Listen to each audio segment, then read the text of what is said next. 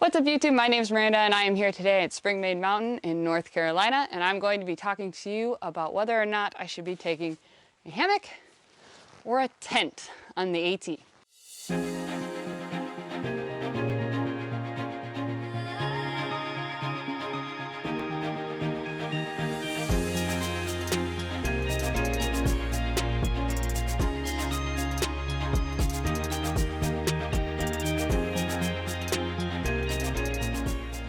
So I have the Jungle Nest hammock and I absolutely love this thing. I've had this for a couple years and I've recently bought the Big Agnes Tiger Wall UL2. This was on sale at REI.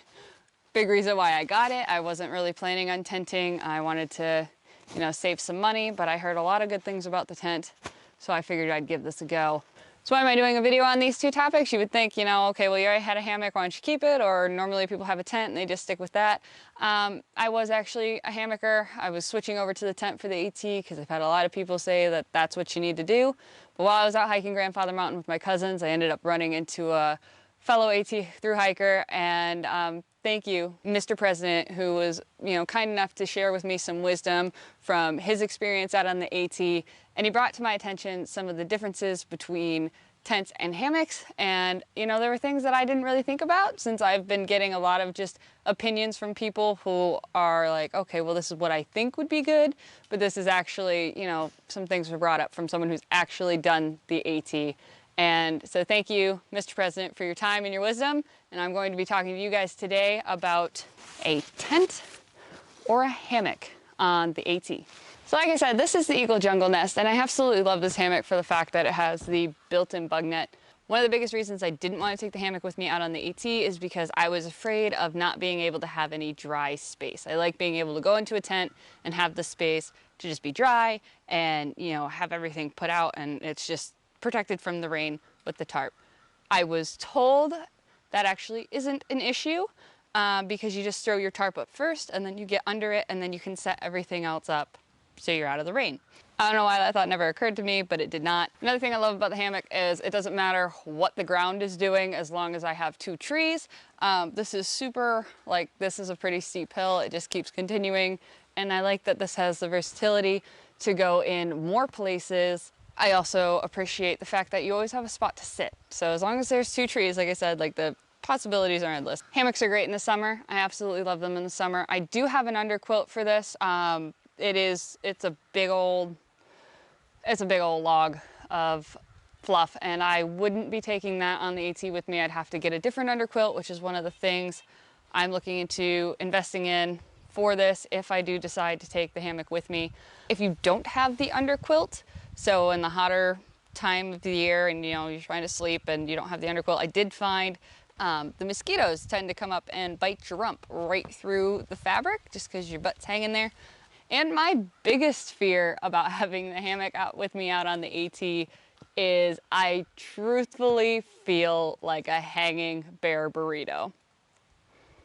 That is the biggest issue with this setup for me.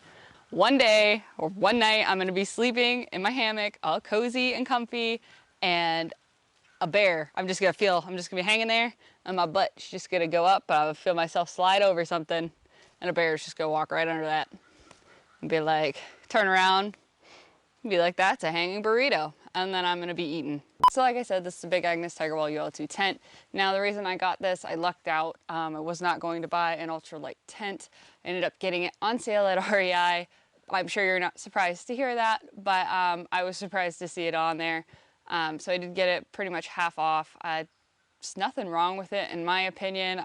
This is a little faded in comparison to a brand new one, like the color, but I'm like, that doesn't affect the performance of it. It's just cosmetic issues. I'm not gonna be trying to win any prizes for the best looking tent out there anyway. So I love this tent because it is lightweight. It comes in under 2 pounds and it's very easy to set up. It's just the one actual tent pole that you put together. It comes out, it's like a Y shape, and you just hook it into all the ends and pop it up. I have the footprint here for this tent specifically, and I just roll all of it together when I'm done. It all stays in the same bag, and I love that it's just one piece as to my hammock, which is multiple pieces that are all, I gotta pull out multiple bags.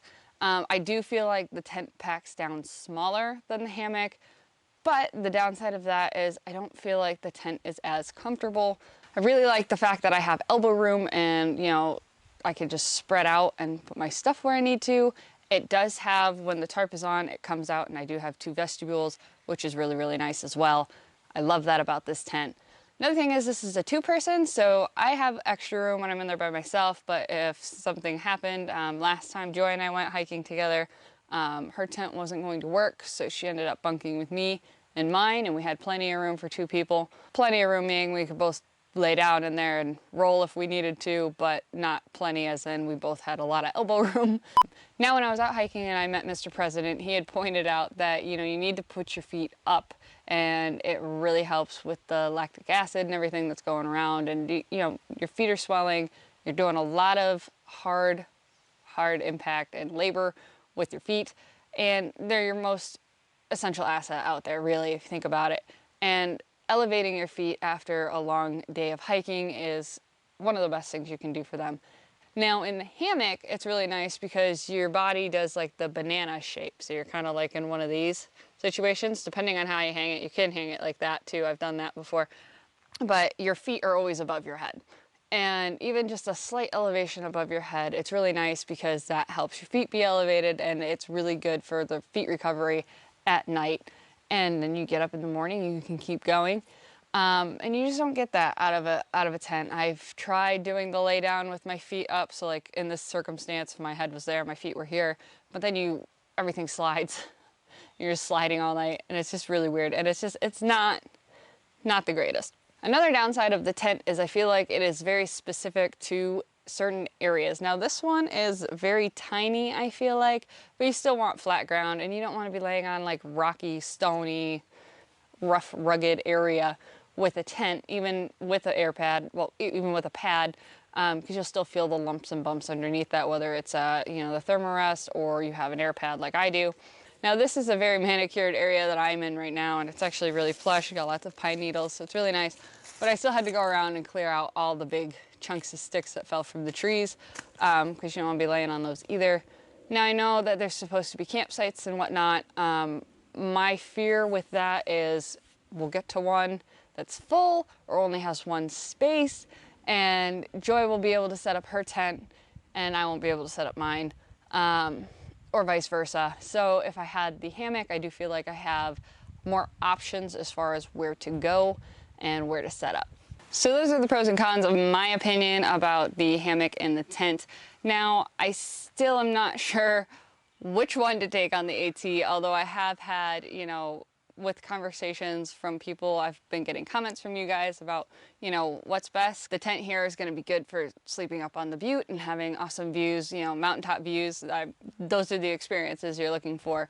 Where Mr. President had pointed out, you know, having a hammock was really nice because you can elevate your feet, and that's good for your blood flow. It also helps with, you know, foot recovery, since your feet are your most essential asset out on the AT.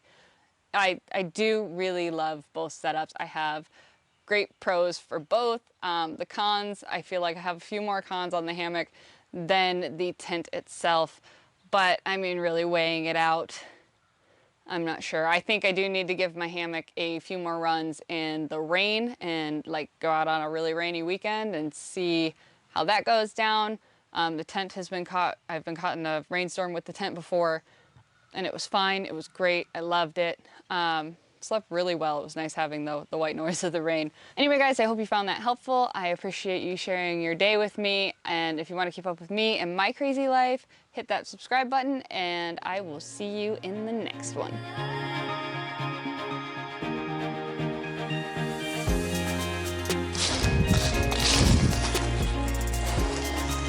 That's the big Agnes. Make sure she's all in frame.